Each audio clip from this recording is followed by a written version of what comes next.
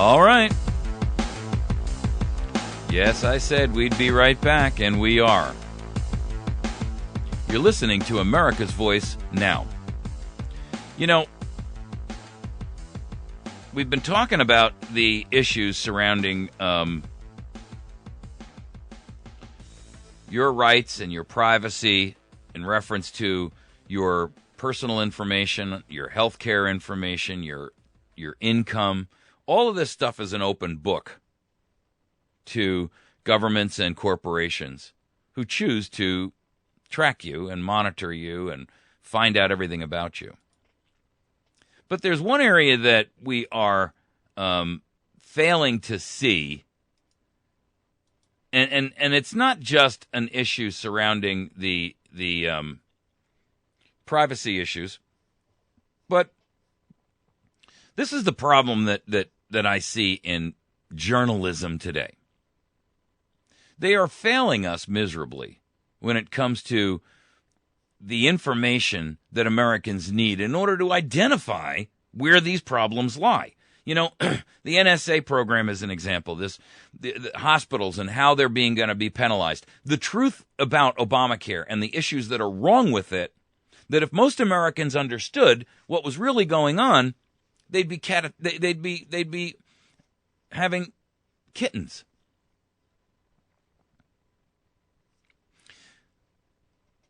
I'm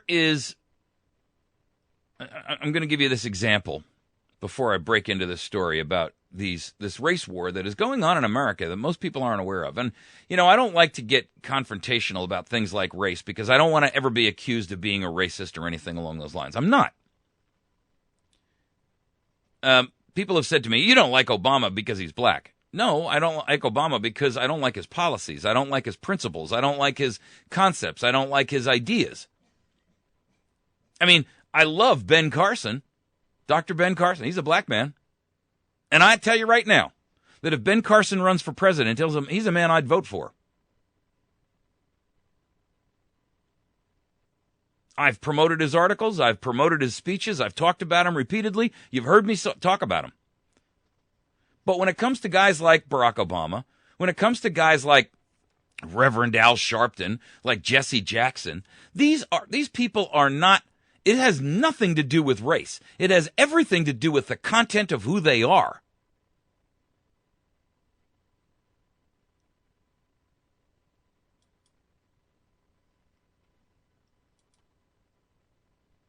When we talk about race in America, it's a touchy subject if you're white. Let's just call it what it is.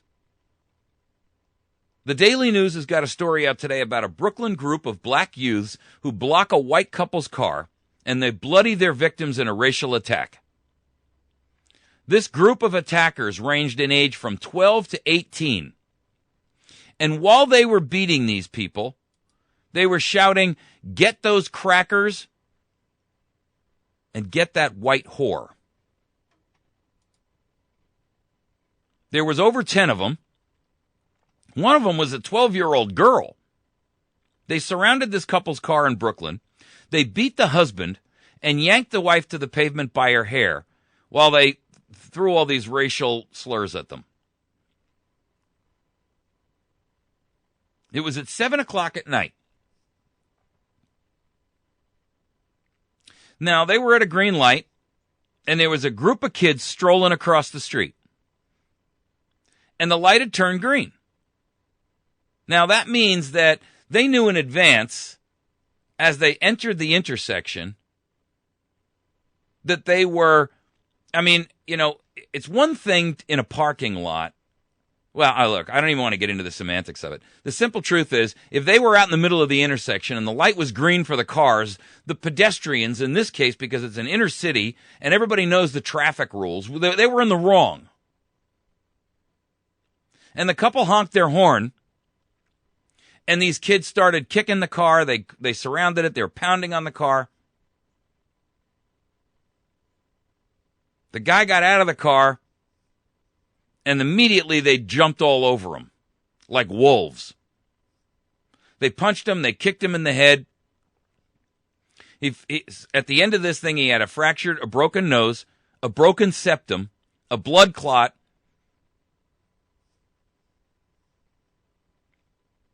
and they were screaming, "White mother," you know the rest of the word. 12 to 18 years old.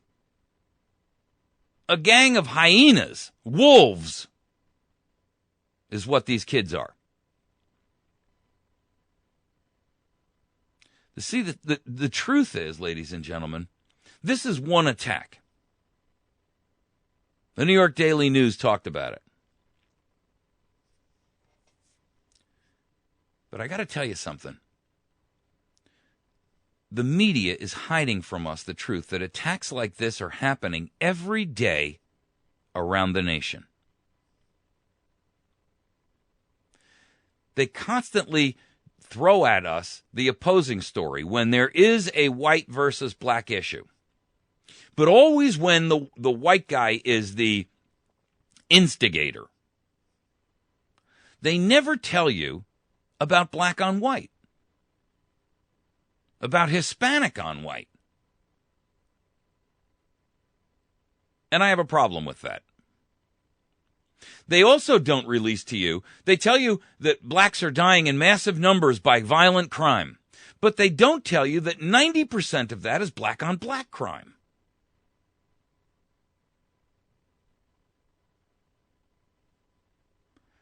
White on black crime is not the pandemic they treat it as. There are isolated incidents, 1 in 10. But when 90% of crime against blacks is perpetrated by other blacks, and these aren't my statistics. I mean, these are well accepted, even by the Jesse Jacksons and the racial agitators of the world. But it's time somebody spoke out and said, you know what? This isn't what they're portraying it to be. There's more to this.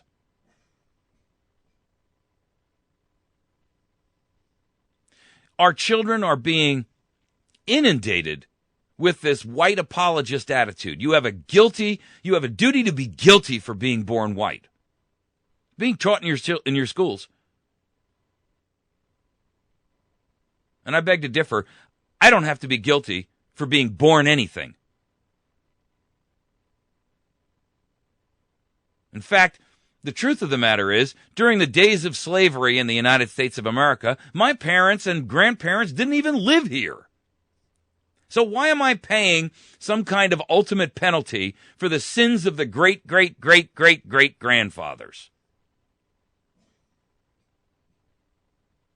If that's the case, to be honest with you, the American Indians got the greatest claim going. And who's heeding that? The truth of the matter is, there is major racial segregation, separation, and hatred in this country.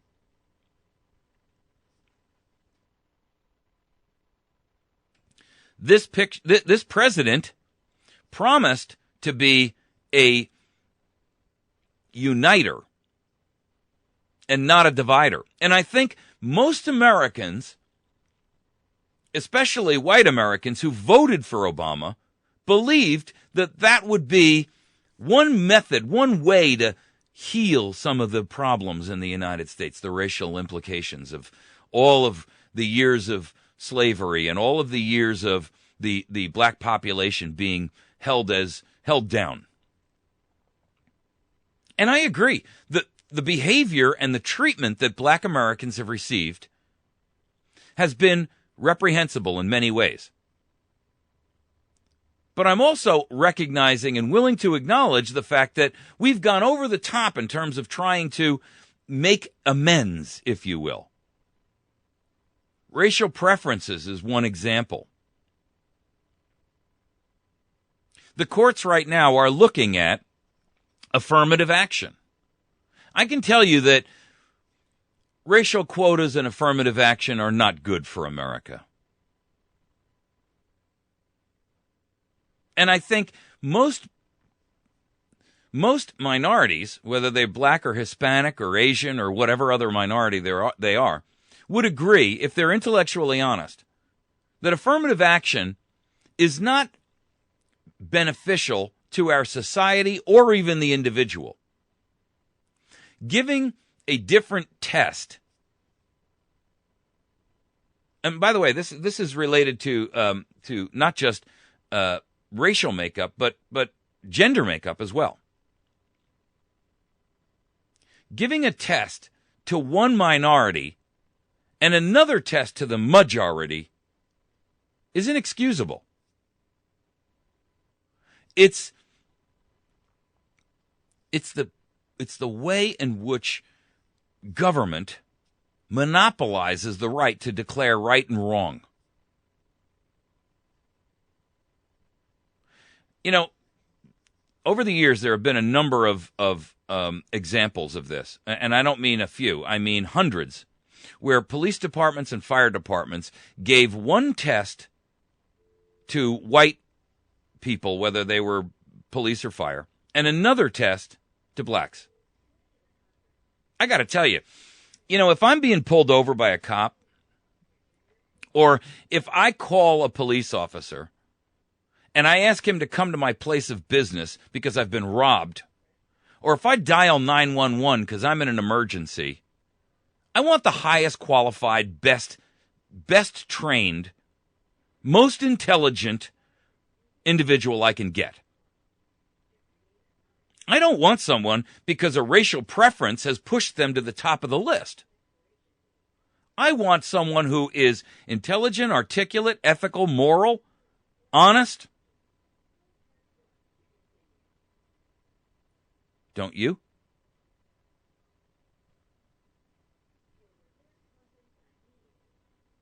See, the problem is that when you separate the issues here relating to racial preferences, you're no longer getting the cream of the crop. And that's what everyone should want, whether it's in business, whether it's a college that is bringing students in.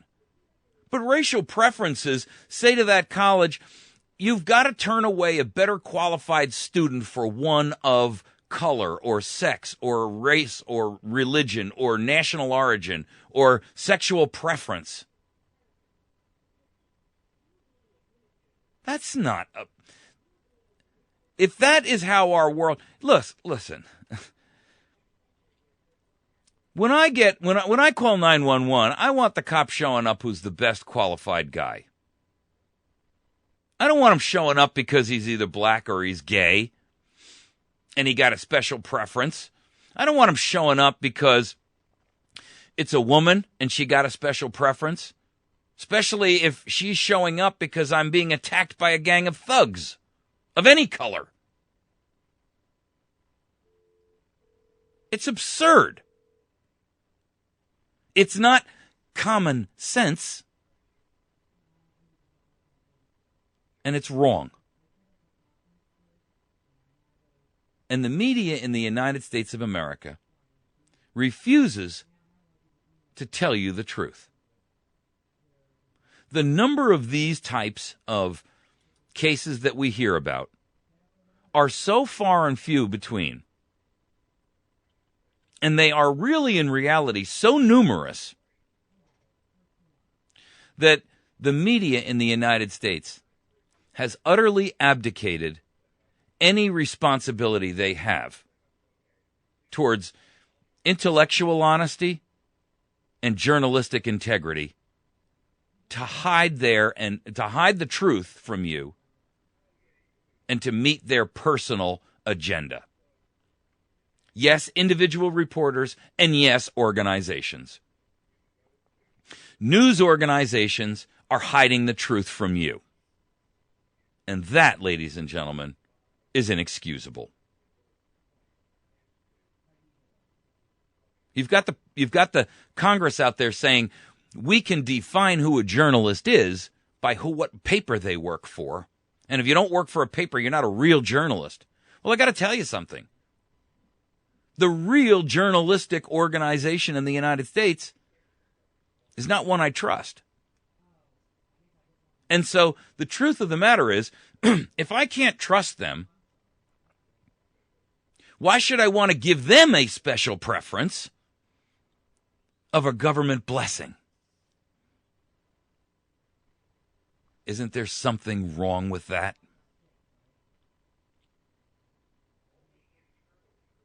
When government can declare who's a journalist and who's not, the new media, the independent media, the media that actually has a desire to get information out to the people, is going to be silenced. And that, ladies and gentlemen, is the real purpose behind the Senate's push to define who is a journalist. I want a journalist organization out there that's free and willing and able to tell me about a problem like this.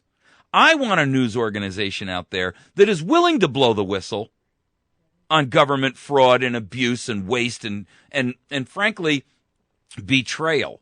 And in many cases, like the NSA we talked about earlier, flat out treason. I want a news organization out there. I don't want it limited to a set group of the New York Times and the Wall Street Journal and Communist News Network and Fox News. I don't want it limited to the the sycophants over at MSLSD and ABC, NBC, CBS. I don't want it limited to the Chicago Tribune and the Miami Herald.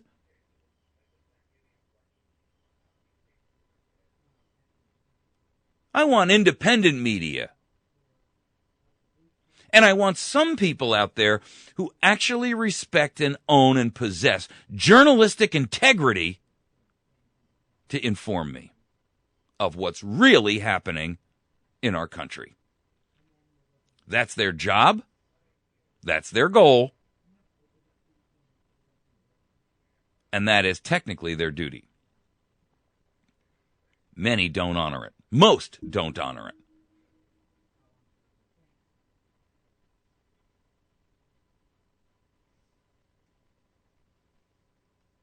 There is a race war on in the United States of America.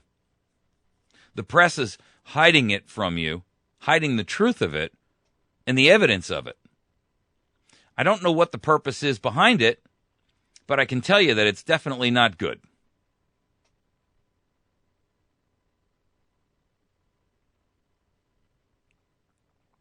This is one story out of literally thousands. And it's so rare to even see from a mainstream. This is the New York Daily News. And yet, situations like this happen daily in that city.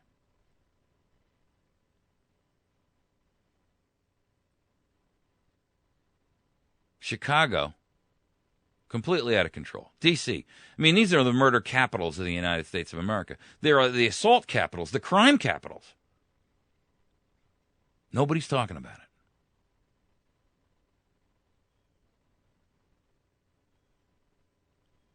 We have a right to expect that journalism in the United States of America will be free, independent, and that they will be objective in their reporting. And we have a right to have alternative media who will do that which the mainstream media will not do. You've been listening to America's Voice Now. My name is Mike Evans. I'm your host here every day. You can find us by going to americasvoicenow.org, facebook.com/America's Voice Now, and youtube.com/America's Voice Now. We're going to shortly have the Federalist Papers by Mary Webster on our website, and Modern English edition, the second edition, and basically she's taken the Old English of the Federalist Papers and converted them over to make them a little easier to read. Excellent book, well organized. I applaud it. Also, the United States Constitution annotated with the Federalist Papers in Modern English, in which she draws the correlation between what was written in the Federalist Papers and how that applies to the Constitution. We'll have them available shortly on our website. I'll give you more information as soon as it's available to you. Excellent books, very, very inexpensive. Should be read by every American who's got an interest in patriotism and this nation.